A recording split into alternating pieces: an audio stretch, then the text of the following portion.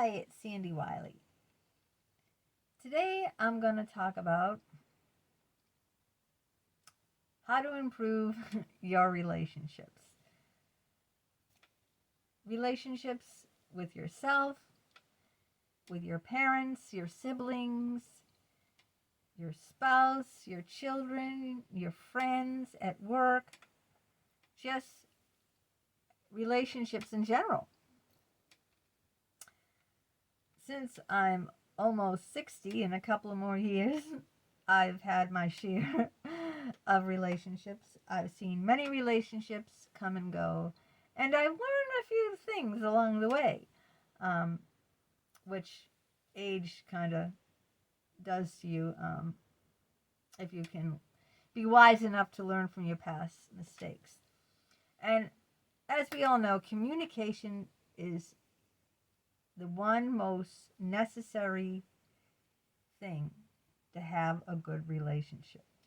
To have a good relationship, you must have good communication. And this is both listening and talking. So, first, listening. Not too many people really listen to you. They're usually thinking about what they're going to say next. They're usually thinking about their response. Okay, so that's not listening. Listening is just hearing what the other person is saying and taking that in. If your mind is racing ahead thinking about your response, you're not really fully paying attention to what that person says. I'm very guilty of this, but to really be a good listener is very, very high up there in improving your relationships. So, how do you be a good listener? Don't think of your response. Shut your mind out to everything else except what that person is saying. So, just focus in like you're, like you're doing a picture, like, you're focusing in on that picture or that video. Zooming in. So when I'm zooming in with my camera to take a picture or a video, I'm not thinking about anything else on the sides. I'm zooming into my subject. So to be a good listener, cast out everything else and just zoom into your subject. Now, talking. How do you be a good communicator? First of all, you have to get rid of blaming someone. If you feel a certain way, use I statements instead of you statements. You know, I feel upset when you leave the towels on the floor.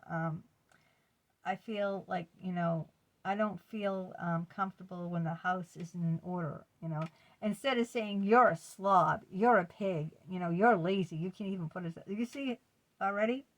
No name calling, only I statements.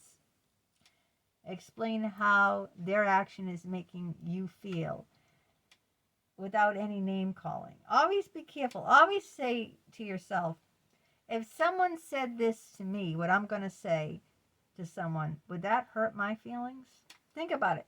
Before you say, you lazy idiot, can't you just pick up a towel? Think about, if someone said that to you, would that hurt your feelings? So, before you say something, think about it, because you can't take it back once you say it. And that person will remember it, believe me. I remember things from decades ago people have said.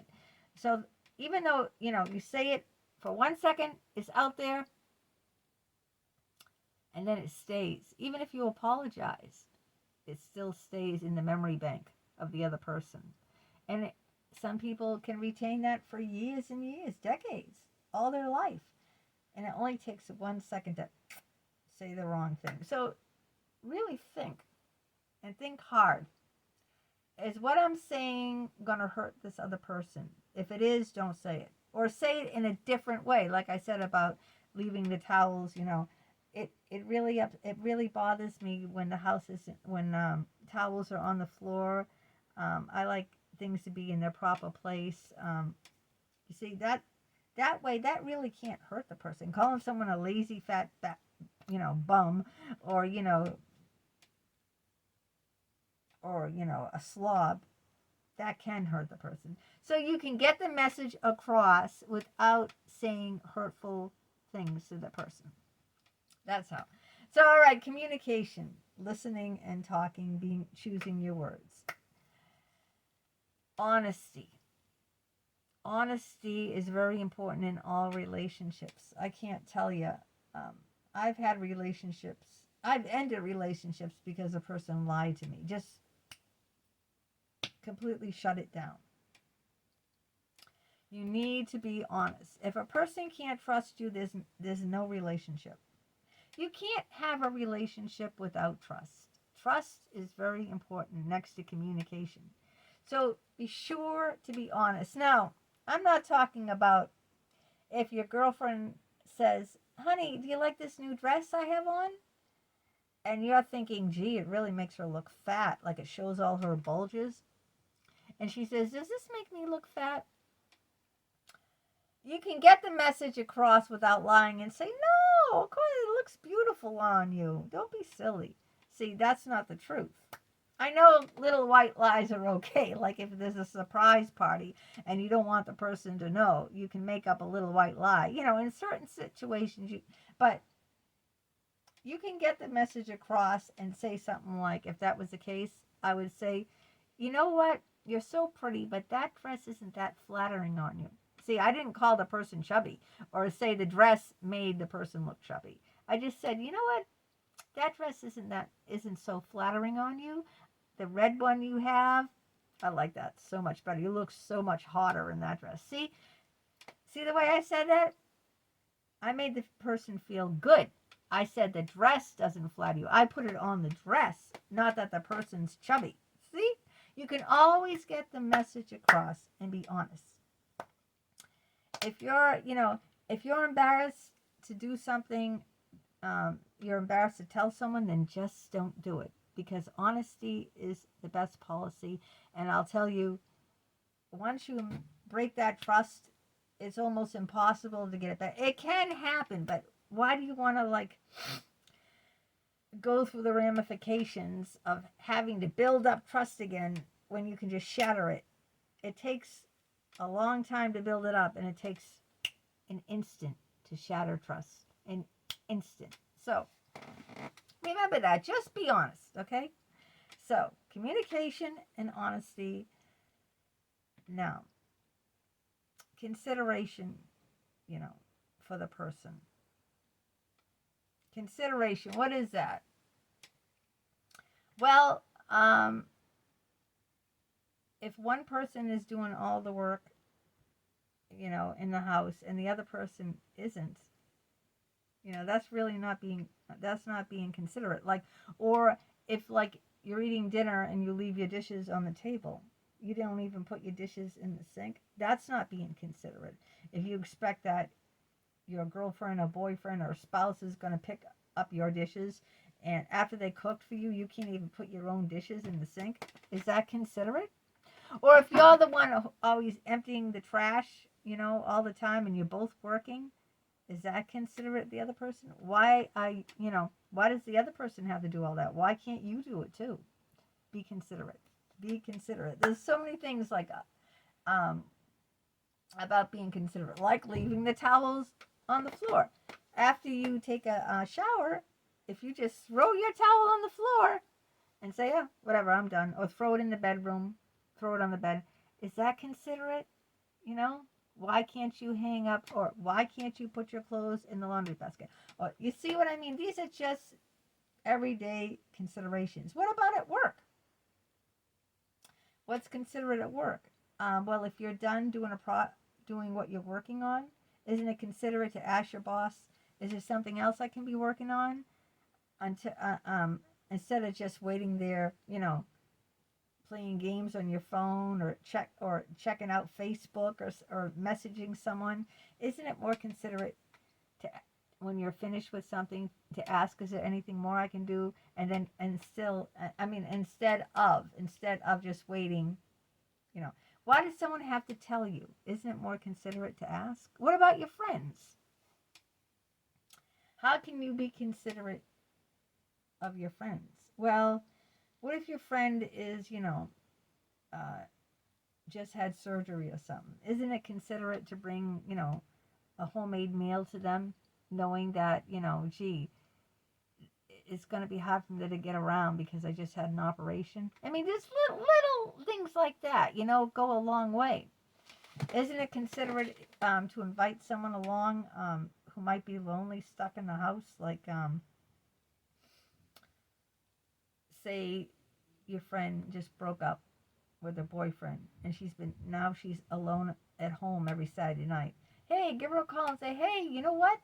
You want to come to movies with me and my hubby, or me and my son, or whatever it is, Why not include, the, you know, think about it, consideration, it's not that difficult to be considerate, right?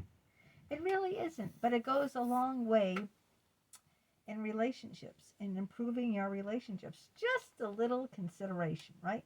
Just a little. Don't cut in front of someone in a line. Is that being considerate? I see so many people do that. Like, for instance, I'm in the line at the grocery store and the next register opens, right? Now the person behind me runs to it, but I was the next person in line. Why should they get it? See, the considerate person would say, hey, you know what? You're before me in this line, so you should get the open register. Not, see what I'm saying? Little things like that. I've seen considerate people. I've seen women that had like a big carriages filled of items, like we're talking about over a dozen, maybe 2 dozen items in the carriage, and I only had one item. Now, some people are considerate and have said to me, oh, go ahead. You only have one thing. Go ahead. I got like a big carriage full of things. That's someone being considerate. Other people don't give a crap, right?